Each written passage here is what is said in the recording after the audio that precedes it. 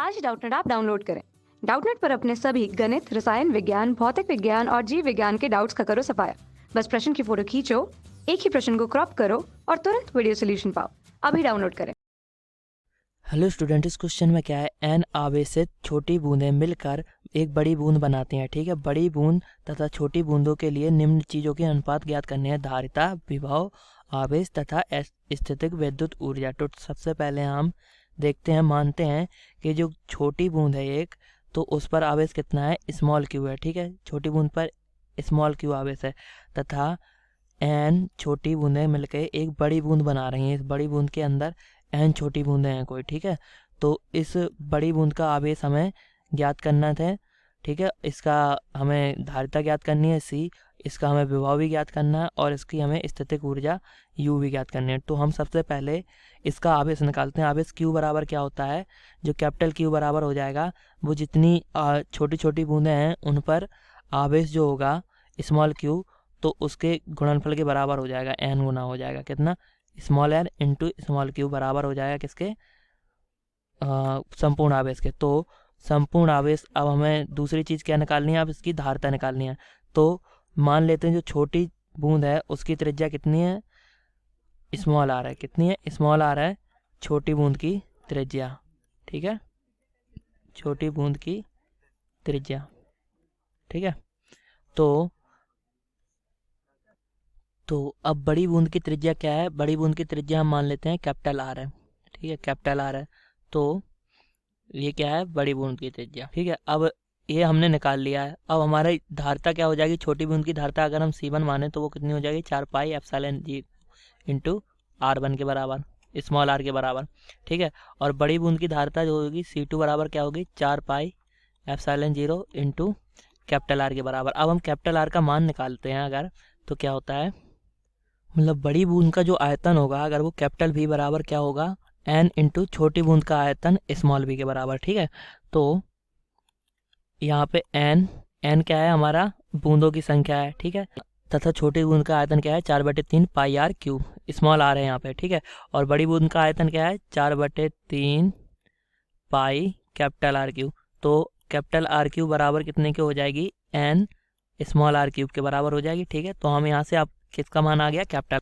तो यहाँ पे कैपिटल आर बराबर आया हमारा एन की घात 1/3 इंटू स्मॉल आर। ठीक है, इतना आ गया हमारा कैपिटल आर। ठीक है, तो जो हमारी C2 थी, द्वितीय धारिता थी, वो कितनी हो जाएगी, 4 pi epsilon 0 into capital R का मान कितना है, एन की घात 1/3 इंटू स्मॉल आर के। ठीक है, इतनी हो जाएगी हमारी द्वितीय धारिता। ठीक है, अब हमें क्या चाहिए, अगले चीज़ हमसे पूछिए विभव। विभव बराबर क्या होता है, Q/C, यानी जो आवेश है आवेश बटे C। अब हमें Q के मान क्या दिए हैं, Q का मान दिया है हमें छोटी बूंद के लिए स्मॉल क्यू और बड़ी बूंद के लिए कैपिटल क्यू। ठीक है, तो यानी विभव हो जाएगा हमारा, कितना हो जाएगा, विभव हो जाएंगे दोनों बूंदों के लिए V1 मान लेते हैं, छोटी बूंद के लिए विभव है तो वो कितना हो जाएगा, Q1/C1, और बड़ी बूंद के लिए विभव कितना है, V2 है, तो वो क्या हो जाएगा, कैपिटल Q बटे C2। ठीक है, तो Q1 जो स्मॉल क्यू है वो, उसको मैंने Q1 गलत लिख दिया है तो स्मॉल क्यू रख देते हैं। तो V1 बराबर कितना आ जाएगा, स्मॉल क्यू बटे C1 का मान कितना था, 4 pi epsilon naught into small r. और V2 बराबर कितना आ जाएगा, V2 बराबर क्या है, एन क्यू के बराबर है कैपिटल क्यू, और C2 का मान कितना है, C2 का मान है यहाँ पे 4 pi epsilon naught into small r into n की पावर 1/3। ठीक है, तो ये हमारा विभव आ गया। अब हम देखते हैं हमने निकालना क्या क्या था। तो हमें निकालना था सबसे पहले धारिता का अनुपात, फिर विभव का अनुपात, फिर आवेश का अनुपात, फिर स्थित विद्युत ऊर्जा का अनुपात।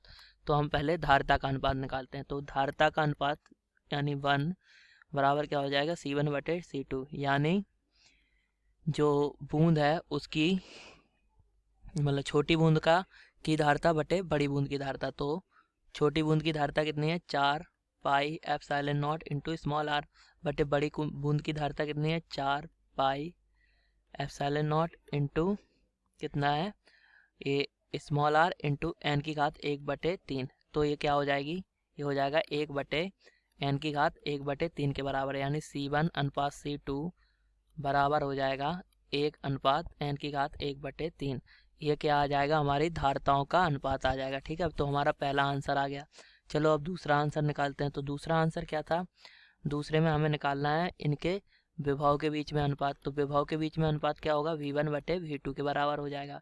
तो V1 का मान कितना आया था हमारा, Q बटे 4 pi epsilon naught into small r, और Q V2 का मान कितना आया था, NQ बटे 4 pi epsilon naught into small r into n की पावर 1/3। तो अब हम इसमें कैंसिल करते हैं। तो क्या क्या चीज़ कैंसिल हो रही है, हमें Q से Q कैंसिल हो जा रहा है। ठीक है, 4 पाई एप्सिलॉन नॉट कैंसिल हो रहा है, 4 पाई आर यहाँ पे भी कैंसिल हो रहा है, यहाँ पे तो क्या बचता है हमारा, ऊपर हमारा बचता है 1/n की घात 1/3। तो n की घात 1/3 का भाग इसमें जाएगा, तो क्या बचेगा, ये बचेगा V1 बटे V2 बराबर 1/n की घात 2/3 के, क्या 1 की घात 2/3, यानी विभव में अनुपात कितना आ जाएगा, विभव में अनुपात हो जाएगा V1 अनुपात V2 बराबर n की घात 1 अनुपात n की घात 2/3। ठीक है, तो इतना अनुपात आ जाएगा हमारे विभव के बीच में। ठीक है, दोनों के विभव के बीच में। अब तीसरा अनुपात क्या पूछा गया है हमसे, तीसरा हमसे पूछा गया था इनके आवेशों के बीच में अनुपात बताइए। आवेशों के बीच में अनुपात क्या हो जाएगा, जो Q है, स्मॉल q है, छोटी बूंद का आवेश, और बड़े बूंद का आवेश कैपिटल Q है, तो बराबर क्या हो जाएगा, स्मॉल q बटे एन क्यू।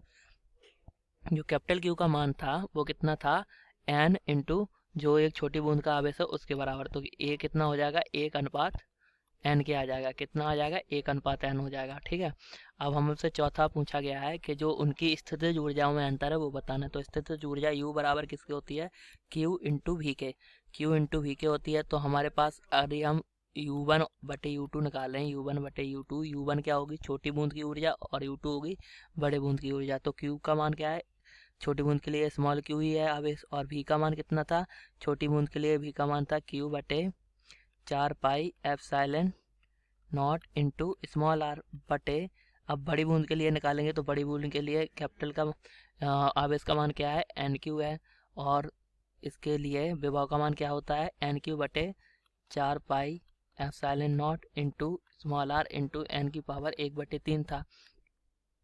तो अब हम देखते हैं, दोनों में कैंसिल करते हैं।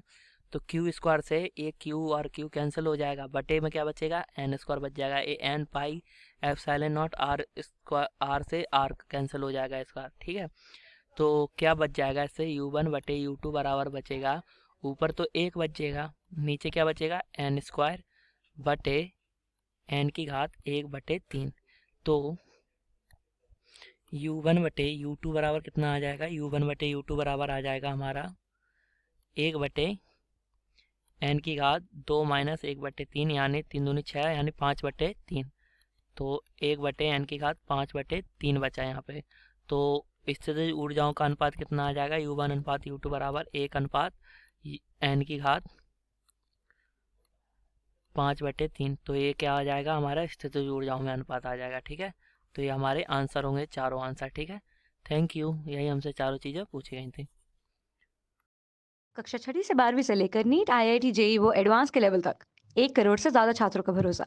आज ही डाउनलोड करें डाउटनेट ऐप या व्हाट्सएप करें अपने सारे डाउट्स 8400 400 400 पर।